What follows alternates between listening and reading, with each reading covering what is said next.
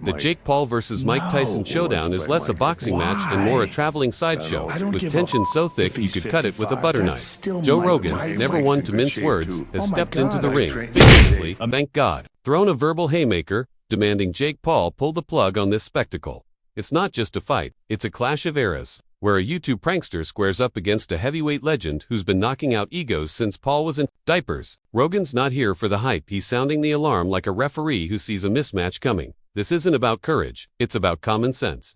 Paul's betting on his youth, but Rogan's betting on reality. And the odds aren't pretty. The stage is set, the crowd's buzzing, but Rogan's plea cuts through the noise. Step back before this circus tent collapses. He trains with Rafael Cordero, who's a legend in MMA. He runs King's Mixed Martial Arts. And Rafael is a world-renowned trainer. When you see him holding the mitts for Tyson, and Tyson smashing the mitts, like, Jesus, that guy can still fuck you up. When Mike Tyson steps onto any stage, the air shifts like gravity itself just got a memo to bow down.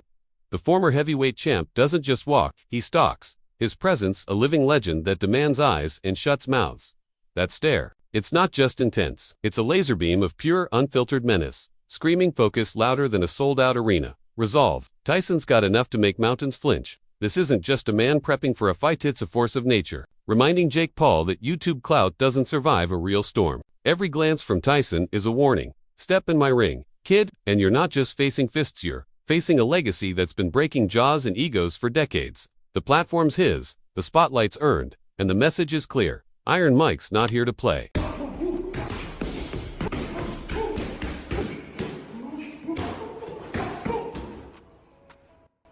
Stage 4, it was okay, but you don't know what you got in store, baby. You got to face the God of War.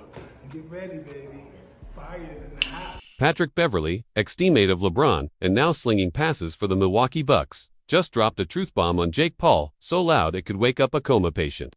After catching Tyson's latest training footage, Beverley's jaw hit the floor half in awe, half in dread. He's not just watching a boxer. He's witnessing a human wrecking ball who's been flattening egos since Beverley was in height. The Bucks guard took 2x, practically begging the internet, leave this man alone. It's not advice, it's a plea for Jake to save his own face. Stepping into the ring with Tyson, one of history's most terrifying punchers, isn't bravery, it's a one-way ticket to a highlight reel knockout. Beverley's not betting on Paul's YouTube swagger. He's seen the tape, and it's screaming one thing. Tyson's still a storm, and Jake's just a paperboat.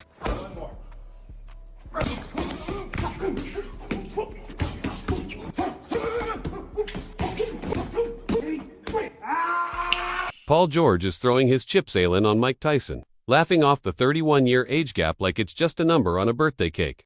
I don't care about the age, he smirks, as if Father Time's got nothing on Iron Mike. To George, this isn't Jake Paul dancing around an MMA fighter, a wrestler, or some TikTok stuntman. It's a boxer facing a legend who's been cracking skulls since Paul was in preschool. Tyson doesn't flinch at punches. He eats them like candy and spits out knockouts. George's confidence isn't just bold, it's a neon sign flashing. Jake, you're screwed. This isn't about youth or speed. It's about a man who's been a human hurricane in the ring for decades. Paul might have a Netflix deal, but George is betting on Tyson's fists to rewrite the script. Step into that ring, kid, and learn what real power feels like. It don't matter. Mike ain't scared to get hit. I think it matters if Mike goes out there and he's really trying to knock him out.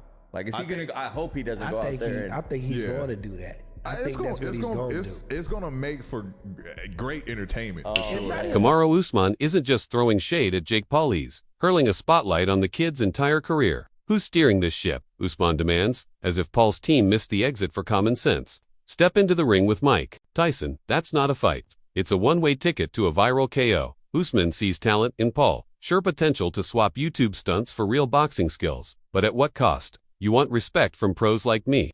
He scoffs. Good luck. Earning it by dancing with a legend who's been breaking faces since your vlogs were Vine clips. Paul's chasing clout, but Usman's calling it, you can't buy legitimacy with Netflix checks. This isn't about skill, it's about ego, and Paul's is writing checks his fists can't cash. Usman's not impressed. He's just waiting for Tyson to teach the problem child a masterclass in pain. I don't like it, Kamaru. I don't like it, man. I agree. I feel like I understand wanting to be famous, and I understand building yourself, and I understand wanting to be a boxer as well, and being a professional.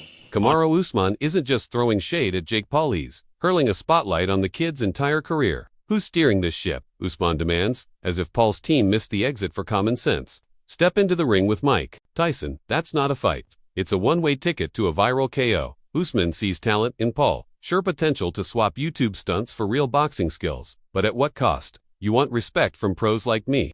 He scoffs. Good luck. Earning it by dancing with a legend who's been breaking faces since your vlogs were Vine clips. Paul's chasing clout, but Usman's calling it, you can't buy legitimacy with Netflix checks. This isn't about skill, it's about ego, and Paul's is writing checks his fists can't cash. Usman's not impressed. He's just waiting for Tyson to teach the problem child a masterclass in pain. Emotions. I brought guys for Jake Paul to Sparring when he were getting ready for Nate Robinson and Ben Askren. I've seen him in the gym a lot. I used to be BJ Flores' coach, his coach at those times. So I was in the gym with them a lot. By the way, real cool guy. Nothing like the people probably would think. I've been on Mike Tyson since the 90s. Mike's an awesome guy, incredible guy. He's helped our team. So it's a sensitive situation for me at 58. The way Mike looks in the pads and everything, he can still do it. Dewey Cooper's watching Mike Tyson smash pads at 58 and still sees a beast, but he's not sold on the math. Tyson's got the skills, he says, but will he train like it's 1995 or just cash the check?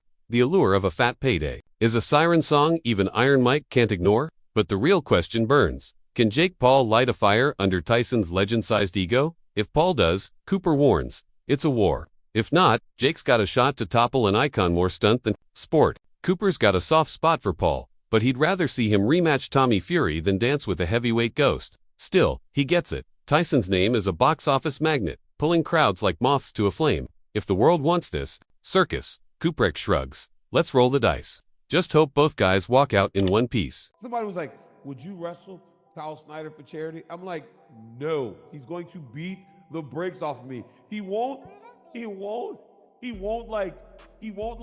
with me. He won't give me anything to make me feel good about this. When his opponent was walking out to the ring, I looked in dude's face and I was like, yo, he got that face like he know what he's supposed to do tonight. He's supposed to find somewhere on this mat to lay down, and when that perfect punch is thrown, he gonna lay down. And that's what you meant? That's exactly what I meant. Daniel Cormier's got Jake Paul pinned in a corner sharper than a switchblade. You didn't think this through, kid, he tells Ben Askren, who still flinches at Paul's name after a first-round KO, beat Tyson. And the world's ready to riot. Nobody wants to see a YouTuber dunk on a legend. But if Tyson gasses out, stumbling like a punch-drunk relic, fans will torch the pay-per-view, whining it wasn't worth the Netflix sub. Why am I watching this circus? They'll howl as Paul picks apart a fading icon. Cormier's not preaching. Respect his warning of a backlash either way. Knock out Iron Mike and Paul's name is mud. Lose, and he's a meme. At 30 years younger, with 6 KOs, Paul's got the edge, but Cormier sees the real fight. Jake versus the mob. Win or lose, the problem child's walking into a reputation shredder. Sean Porter's not buying the Tyson-Paul hypebeast, calling it a staged flop waiting to happen. Staring into Mike Tyson's eyes as he struts to the ring, Porter swears. He sees a man who's already picked his spot to take a dive. He's got that look. Porter scoffs on his podcast, like he knows the canvas is his bed tonight. The fight's announcement, slapped together faster than a TikTok trend, just 5 days after Paul's last bout, smells fishy to him.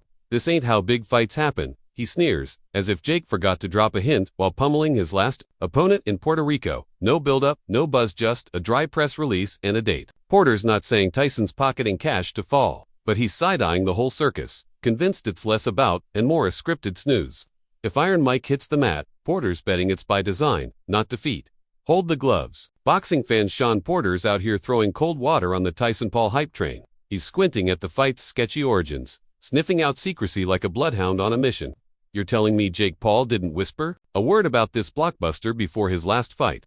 Porter scoffs, rolling his eyes harder than a ringside judge. A mega fight like this doesn't just pop up in 4 days. It's not a pop-up shop, it's a global spectacle. Porter's betting this clash might fizzle before it sizzles, leaving fans clutching their Netflix subscriptions in despair. The hype's relentless, with Jake's team pumping it like a pre-fight montage. But if this bout crashes, it'll hit harder than a Tyson uppercut. Porter's not just doubting, he's daring the hype to prove him wrong. Buckle up, because this roller coaster's either headed for glory or a colossal faceplant. Jake Paul's swinging harder at rumors than he ever has in the ring, torching whispers about headgear and fixed fights with a sneer that could melt steel. Any dumbass buying that nonsense? He snaps, branding skeptics as fools who can't handle the real.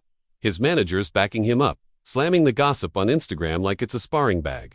Paul's not just hyping the Tyson clash, he's selling it like a pay-per-view profit, promising a brawl that'll shake the planet. Forget the shadowy rule debates. Jake's too busy stoking the fire, daring doubters to keep up. This isn't a scripted snooze, it's a raw gloves-off spectacle, and Paul's betting his clout he won't let fans down. The ring's heating up, and the problem child's ready to deliver a show that'll make your jaw drop. Get pumped, because this fight's about to ignite. I'm not saying from a standpoint of him taking money to take a dive. I'm just saying this dude look like he know what his job is. He's supposed to find somewhere to lay down on this canvas, and when that punch is thrown, he's supposed to lay down. Tyson has a chance. Jake, they're saying, is the favorite. Yeah, if Tyson's taking a dive, it's the favorite. But if Tyson hits him, it's over. So, hey, by the way, last thing to go is power. Interesting. Last thing to go is power. He hits him.